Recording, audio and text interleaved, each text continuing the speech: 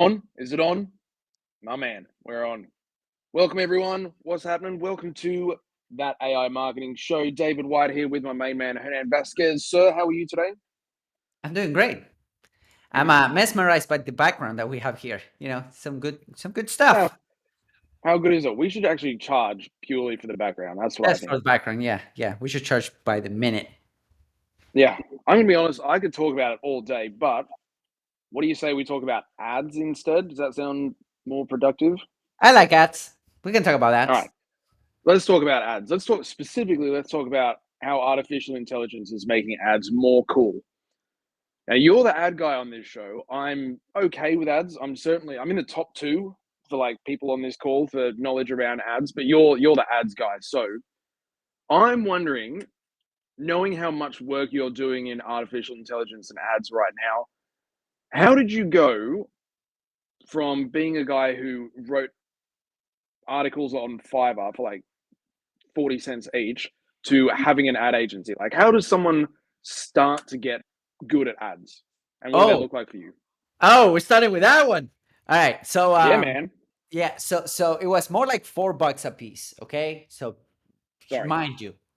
So no, but how do I do that? All right. So I've always had this approach to anything, especially marketing and stuff that we do over the internet. I've always had this approach of of rolling up my sleeves and doing right. So I found these amazing, like back in the day. I cut my teeth on the digital marketing slash internet marketing side of things with SEO, right? I cut my teeth on that. Besides content, which is what fed me, I went ahead and did a lot of SEO stuff. And then I came about these bunch of crazy fellas that they wanted to launch their first digital marketing course.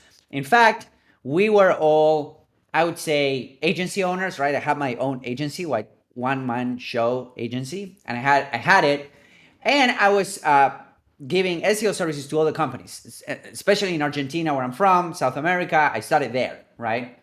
And what happened is that these folks, we all got together, and they all had their own like SEO agencies, and they were also serving local clients, right? So we kind of had the same niche, and we were doing kind of the same things.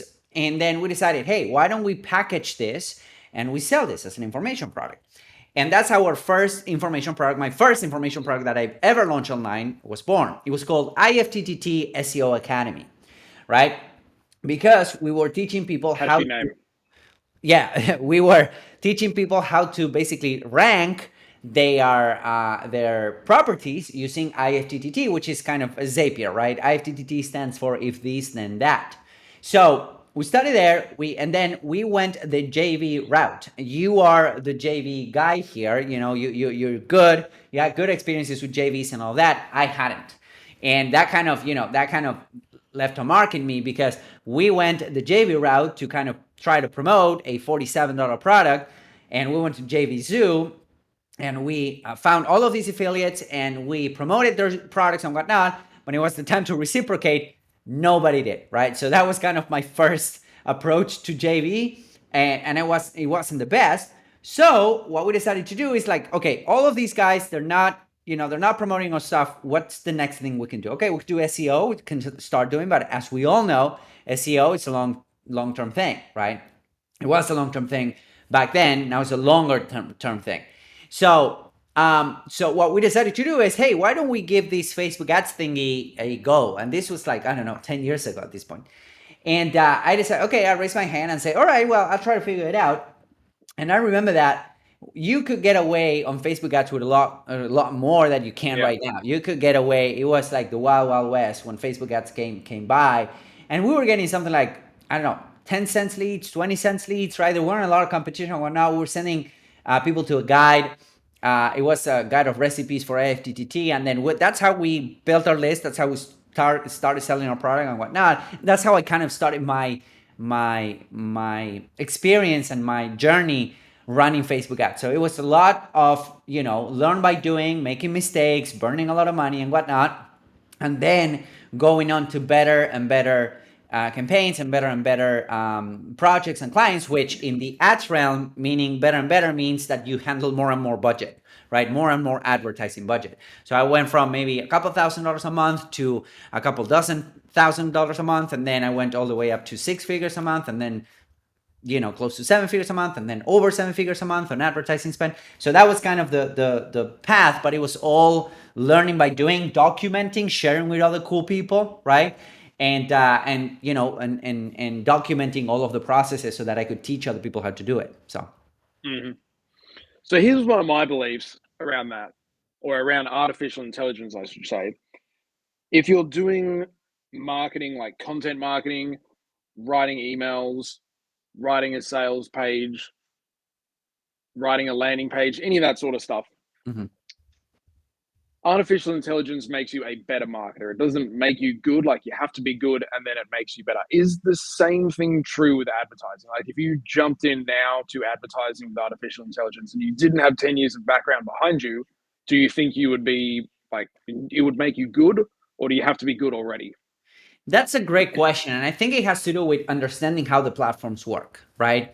Once you understand how the platform works, and that does require, you cutting your teeth in the different platforms. I think that once you understand how the platform works, then you can apply a lot of because as you properly say, AI will make you better. It will not make you from scratch, right? So there's a lot of things that you can do with AI right now that are great. There's a lot of things that you can still not do with AI.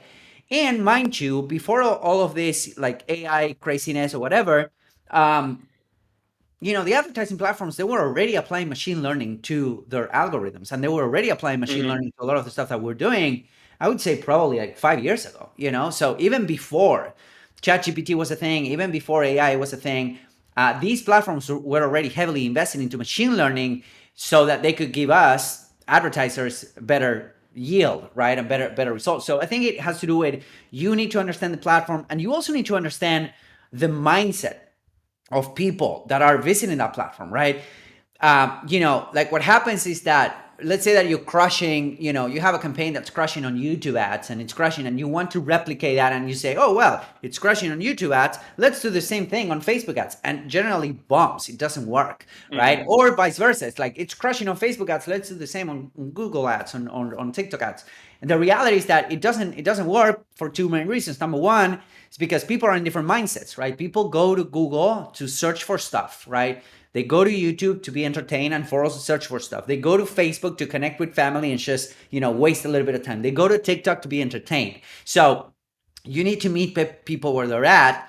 That's number one. But also number two, the creative changes, which I think it's going to be a lot more important moving forward. Is the whole creative game around advertising will become more and more important. So we can talk about that. But I think that you need to have the basics laid out and dialed in order for you to become better with AI, if that makes sense. So Just on that, digital advertising, like on social media or somewhere else, it's part knowing which button to click, right? Like, do I show it to this audience? Which placement do I have? Do I do dynamic ads? Do I, like the sort of settings of the ad, for want of a better term? It's like a little bit knowing which button to click, and then also what do you say in the ad? What's the sort of weighting of most important, or like what's most important? Is it like 90% knowing which button to click and 10% what do you say in the ad, then just trying a bunch of different ads, or 80% what do you say in the ad and 20% clicking the right buttons? What's the yeah, deal? no, I love that question, and the reason why is because it's been shifting. It's been shifting. Originally, it was all about the targeting. It was like who you target, where they are, where they're at, what device they're into, blah blah blah. Like being really really granular into like trying to find your ideal target and your ideal demographic, and then the creative was kind of an afterthought, right?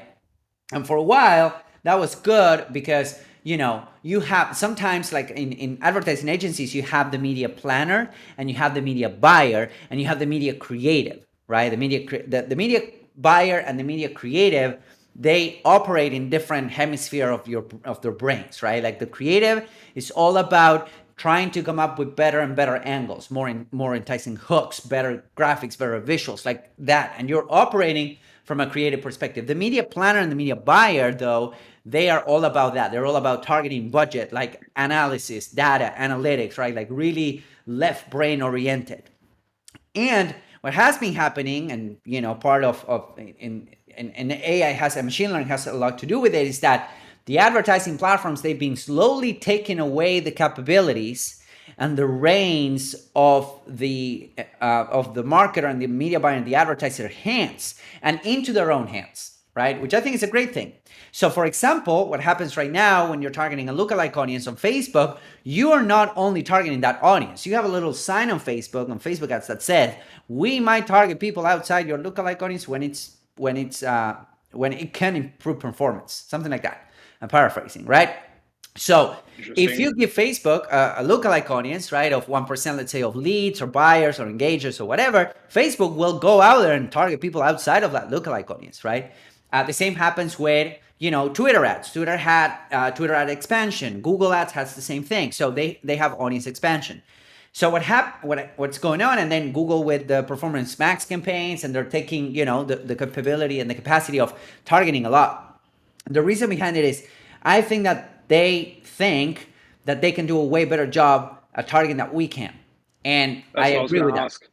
And I agree with that. Yeah, I agree with that. that's so interesting Yeah. because they don't want people to go and click the wrong buttons and have ads that don't work, because then they stop spending money on ads, and then also people see ads that aren't relevant to them or suck.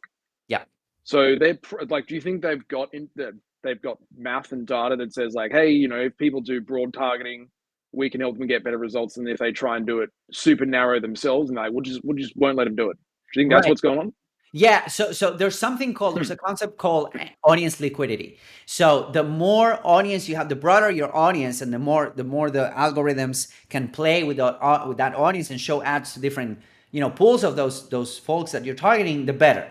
And the less of a percentage you pay. So you pay a premium. The more honed in you go into your ads, the more of a premium you pay, right? And there's a reason for that, because there's the platform saturation, right? There's the platform saturation. You can only, like, it's called frequency. How often you can show the same ads to the same people before they want to pick up the phone and call Zuckerberg and tell to go Yeah, eat up something. So that's the one thing, right? So you want to have audience liquidity, and then I think that platforms, they think that they can do a better job at targeting that we can, and I totally agree with that, because they have a lot more data, a lot more data points that we have when it comes to our ideal demographic. So that makes a change, and I think that change will keep on becoming more and more apparent, to the point that you will just click a couple of things, right, and then Facebook or Google will tell you, all right, well, do you have a list of people that have already purchased from you? And you upload that thing, and then the targeting is done through machine learning. Or it's like, hey, is your people like into marketing, or are they into whatever, like golf?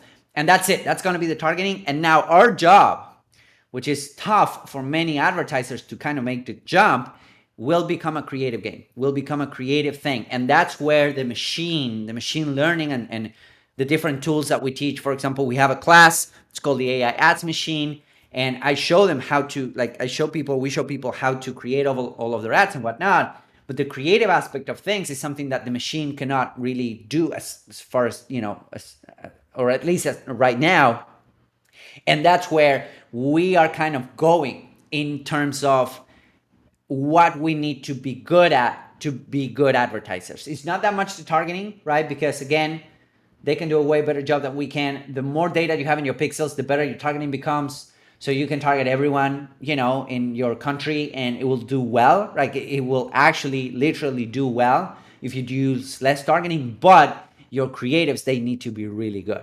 And by really good, I mean they need to be helpful, they need to be on point, they need to be enticing. And that is something the machine, as of today, cannot do as well as a media creative, which could do, which also means that you need to switch or change the the cerebral hemisphere that you're making decisions out of. Does that make sense? yeah.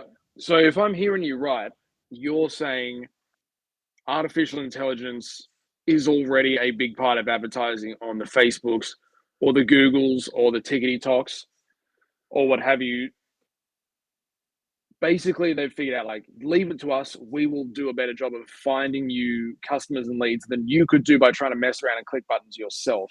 Mhm. So is it wrong for people to think then, like, oh, all that left brain stuff, which audience should I try? Should I be doing lookalikes versus, like, whatever? Going to a different AI tool like ChatGPT is like double stacking, and you shouldn't be doing that. I'm So guessing that's the answer. that's a great question. And I always talk about stages of a campaign, right? When you're going out, let's say you have a brand new campaign, you never run ads before, you have a brand new ad account, a brand new pixel, a brand new ad, brand new funnel, like you don't know, like you're starting from complete scratch, from ground zero. At that Mm-hmm. point, the advertising algorithms and the machine learning behind them, they do need some guidance. They do need some guidance.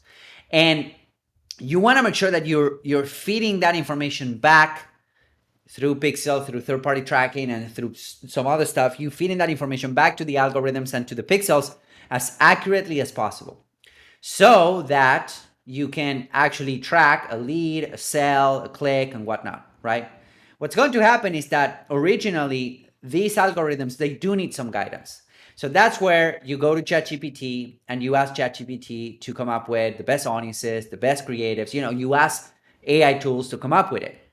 However, the more and more you progress on that campaign, and progression in advertising, meaning spending dollars, right? The spend of US dollars to collect data and to buy that data from the platforms, then you need to kind of let go of the targeting side of things. So I always talk about the 3 stages. This is something that we talk in our hub, in our AI marketing hub. We talk about that.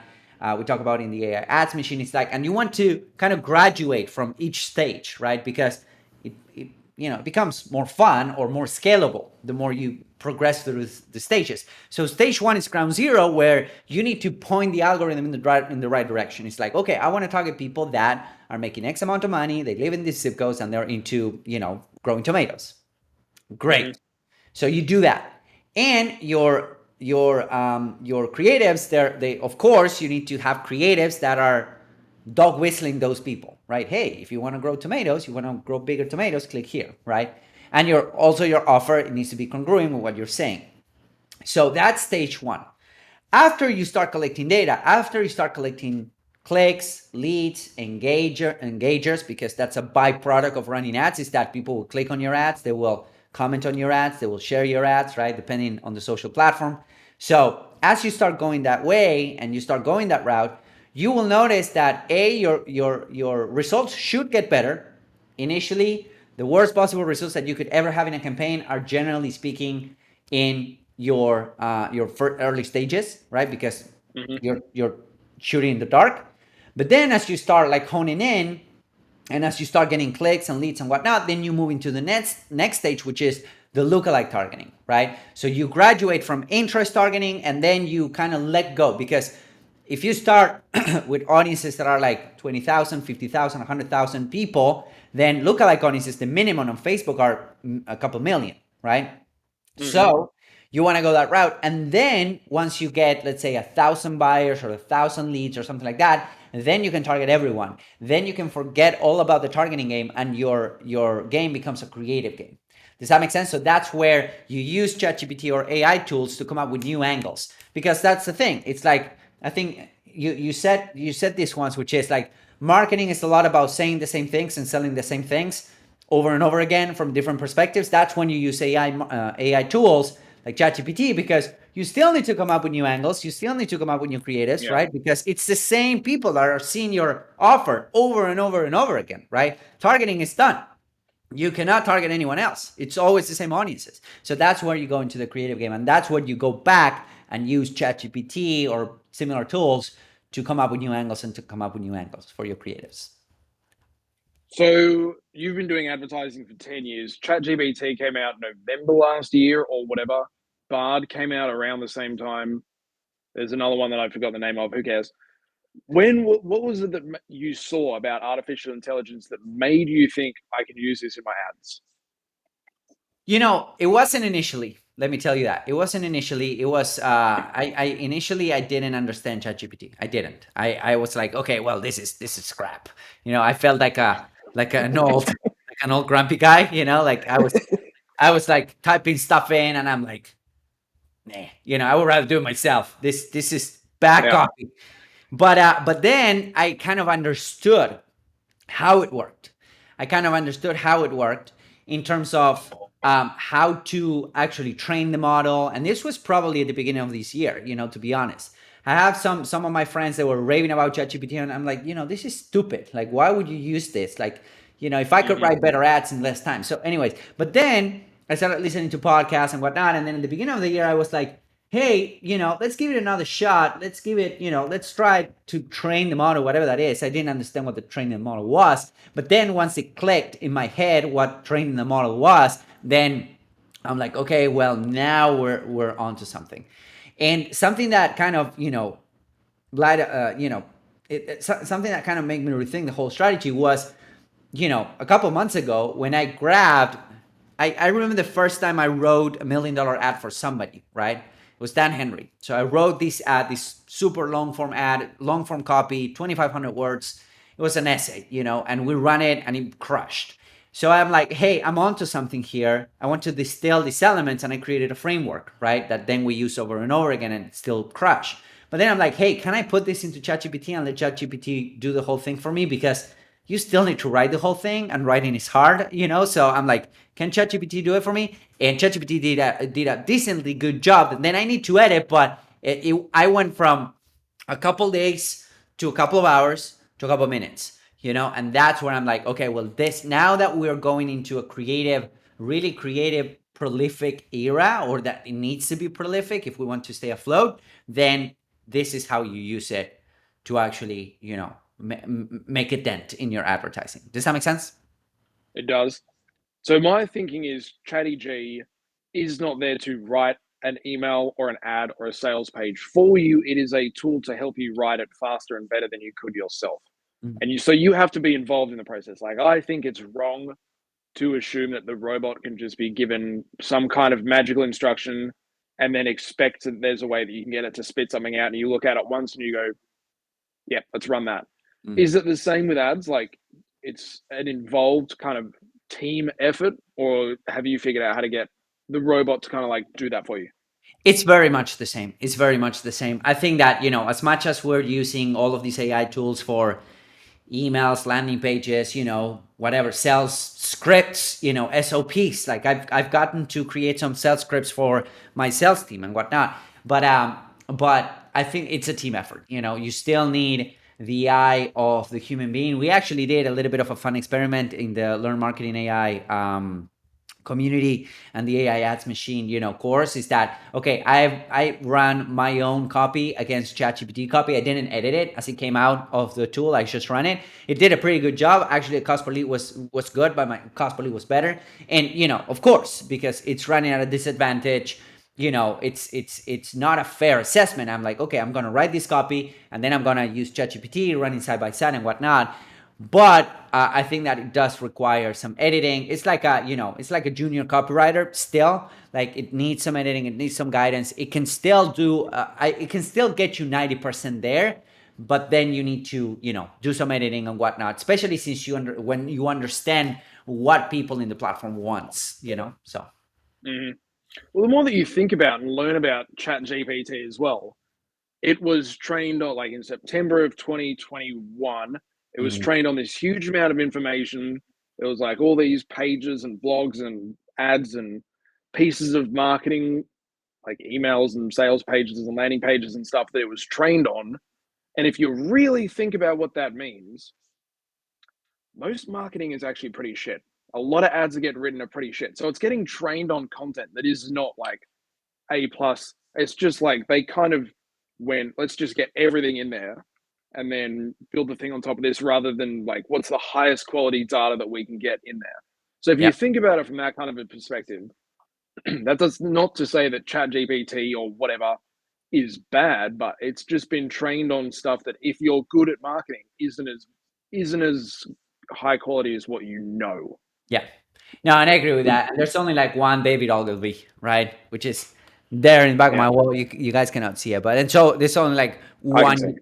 Yeah, there's only like one Eugene Schwartz, right? So the rest of the marketers and whatnot are, are okay. Like there's the 1% of marketing and whatnot, which I agree. Like most of the marketing content out there. And you know what? What's funny is that we have a very direct response approach to stuff, right? But I am willing to say and to bet that probably, I don't know, 80%, 70% of the world's marketing budget, it's not spent on direct response ads. It's not. It's spent by the big corporations, huge corporations, millions of dollars, billions of dollars on branding ads, exposure, non-accountable ad dollars, right? Super So Bowl ads, radio ads, exactly, yeah, radio ads, TV ads, but bus also, shelters. yeah, brand related ads, right? Like brand related ads. So if you think about it, it's like David versus Goliath. It's like we are the gorilla of marketing, which is like, okay, every dollar needs to be held accountable. And if we think about it, it's like, okay, our direct response um, hallmarks, right? Like John Reese, $1 million in a day type of launch, right? That's the 4-minute mile for the direct response guys. The big corporations, they spend $1 million in a day on branding ads. You know what I'm saying? So I think that most of the content that ChatGPT has access to is not necessarily direct response, really highly converted content, or it's all about branding. It's all about, exposure and whatnot. So if you think about it, it's a different type of marketing. The marketing game that we're playing, we're servicing small businesses, we're servicing other marketers, we're servicing our own businesses. We don't have hundreds of millions of dollars to spend on ads, right? We maybe a couple thousand, maybe a couple 100,000, maybe $1 million, whatever, right? But that's the point. It's like most of the content and most of the ads that are running right now, I would say I'm willing to venture 80% of whatever it's being run right now, it's not direct response, and the tool is being trained on that. So Interesting. All right, so let's assume that there are advertisers watching this and they're nodding their heads and like, yeah, cool, this makes sense. I get it. I'm a good advertiser. I know the difference between like when to worry about, am I clicking the right button, and then when to just sort of let Facebook take control. Where do they start using artificial intelligence with their advertising? Oh, that's a great question. Funny that you mentioned. We recorded a training, a step-by-step training consisting of 4 main, I would say, pillars, right, or 4 main classes.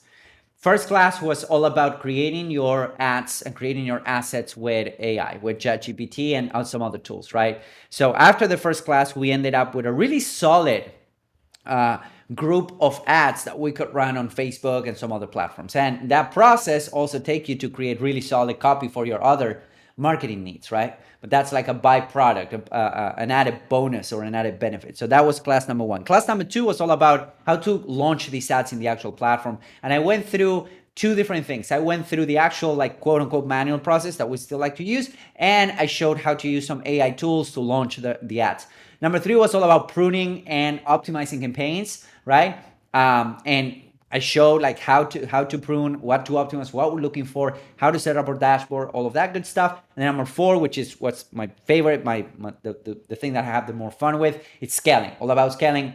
Then we talked about the different stages of the campaign, different mindset for scaling versus ROI or profitability, all of those good things. And right now we have a limited promotion, and I really mean it's limited because it's a marketing test. I don't know how long it's gonna last, and it's at aiadsmachine.com. So if you go to aiadsmachine.com, you can get it for a ridiculously low price, and you'll get the 4 classes and you get a bunch of bonuses in there. So aiadsmachine.com. If you want to start with AI in your advertising, you can start there. I don't want to give too much away, but if I recall correctly, there's a few bonuses attached to that as well. So go and buy the thing. I can't remember exactly what we stuck there, but there are some cool bonuses behind that too. Yes. All right. So, final question for you. Actually, I'm going to call you out here. So I have a bone to pick with you. 2 weeks ago, I think it was, you and I did a show called 6 Predictions for the Future of Artificial Intelligence in Marketing. And I said one of the things that is gonna happen is there's gonna be like negative hype. People are gonna be all of a sudden saying like, AI doesn't work or whatever because they don't get like there's been this massive breakthrough, and then we're going through a development phase where expectations are ahead of what can actually be built right now. And that happened last week. People are really mad at ChatGPT. They're like, oh, these guys from Stanford asked ChatGPT back in March, like, is 17,077 a prime number? And it got it right back then and it got it wrong this month. So there's like negative hype going on. So shame on you for saying that I wouldn't get any of my predictions right because I've already gotten one right. But how You much already are got you one right. when it That's why. comes when it That's why go ahead. people should listen to you and not to me. 100%. Well, if you were a reliable source, and if you did have intelligent things to say that people should listen to, what do you think advertising is going to look like? How do you think artificial intelligence is going to change advertising in the next? How long is it until Black Friday? Let's say the next like 5 6 months. 5 to 6 months. Wow, that's a tricky one. Because Because I this is going to be the first Black. This is going to be the first Black Friday with AI. So with this is AI, going to be interesting. yeah, it's definitely going to be interesting. I think that the basics of what we discussed back in that video, I think they still stick from the perspective of, ads that are actually created by a human being, products that are actually created by a human being will increase their value, right? So that's why I keep on saying, yeah, you should, even if you have ChatGPT, you should become good at copy because, there will be value there, right? And you need to be able to tell good copy from bad copy or good ads from bad ads, right? So I also think that there's going to be an influx of crappy ads, coming up. So that's Yep. something that will happen, and probably the advertising platforms will enforce some sort of policy, which is like, hey, your ads are pretty crappy. They're done with AI. You didn't even do your job, and they will enforce some policy around it, right? As much as SEO has or Google has, done the AI content checker, right? So if you're putting out Yep. content with AI, Google can decide that that was put with AI. I think that the advertising platforms will go into there as well if they're not already, because this could very well be a big hit to the experience that the person has on their platforms if they're being served crappy ads, right? If they're being served not only crappy ads made by human, but now you need to figure out crappy ads made by AI because it can and it will create crappy ads. So, and I think that good ads and good marketing will become a lot more rare, thus a lot more valuable for people that are receiving on the other end of on the receiving end of those ads, if that makes sense. So You just made me think of something. So, if in the early days there was like advertising is the success of your ads is based on how well can you click the right buttons, like super targeted, picking the right interests, blah blah blah. If that was what you needed to do in the early days of advertising, and then Facebook and Google and whoever looked at it and thought, you know what, these people are just not as good as if they just let us do this thing ourselves, and they kind of took that away from advertisers. Do you think that there'll be a time in the near future where Facebook or YouTube says, hey, you know what? This ad feels like it was written by a robot. So we're not going to run it because we think that you're going to lose money, which means like, people are going to watch it on our platform and they're going to get mad at us for showing crappy ads. We're not going to show this ad because it feels too robot written. Go back and make this more human like. Do you think that's possible? I think it is. I think with a plagiarism checker, it could be done. Like because if all of the ads are steaming out from ChatGPT from now onwards, they will all look really similar. And one of the levers that these companies and these platforms use to actually keep us going back is variability, right? Or variable rewards. There's a great book called Hooked, right, which explains some of the mechanisms that these people use or these. This one? No, it's called Hooked, actually. Oh, That's called oh, Hooked. Probably you have it back there. yes. It'll So be so somewhere. yeah, so probably it's back there. So, anyways, no, but what I'm saying is that one of these mechanisms is variable reward, and if all of the ads are looking the same, and all of the landing page are looking the same, and all of the copies looking the same, there's no variability, there's no excitement there, right? So I definitely think that's going to happen in terms of, hey, go back. Either I think it's going to be more like, hey, go back because we don't allow these type of ads here, right? Versus, hey, go back because it's gonna, it's not gonna make you money. As much as you cannot run Viagra ads on Facebook, for example, right? Because it's definitely gonna make you money, but it's forbidden in the platform. I think it's gonna go that way more than, hey, this is not gonna make you money. So that's my prediction there. Interesting. Yeah. Yeah, like there's only I wonder how quickly Facebook and YouTube and TikTok are going to start seeing ads that all start with, "Are you tired of blank?" Which is Right. like the classic Chat GPT Yeah. There's a couple. opening There's a to a couple that give script. them away. Right. I wonder how long it's going to be before they start seeing, an ad start with, "Are you tired of X?" and they just don't approve it. Right. Probably it's gonna be like a, like a checker. I never use that phrase. Are you tired of X? Right. I never use that phrase. Because I think it's tacky. But like, you can even like get really good copy out of ChatGPT if you don't, if you bypass those phrases. But I think it's gonna be on many data points. I do think that, a human being will need to comb those ads, and go from there. So Interesting. All yes. right, let's close this out. So, a lot of stuff happening with advertising, a lot of stuff happening with the future of advertising, and how does the marketer go about using their right brain, using their left brain. I really like that analogy. That makes a lot of sense. For anyone who's watching who is a good advertiser and wants to become a more good advertiser, to use the technical term from when I was at Harvard Business School, Yes. AIadsmachine.com. To finish us out, let me ask you a question. What is the number one place that a AI tool like ChatGPT or whatever has an advantage over humans? Is it like just being able to create like a huge amount of potential angles and ways of talking about a product or an offer, or is it being able to write really well with the right kinds of prompts, or is it's better at thinking about targeting? What is the one thing that AI like is so good at right now that people should definitely be using? I would say eventually all of the above. Like eventually ChatGPT will become a good at targeting, good at copy, good at volume, right? I think that right now volume is the game. Volume is the game because Volume of like ideas and copy and yeah, like stuff I to think that test. in that sense, I think that volume and angles and hooks, that's where it's at, because targeting, it's getting better, it's getting easier.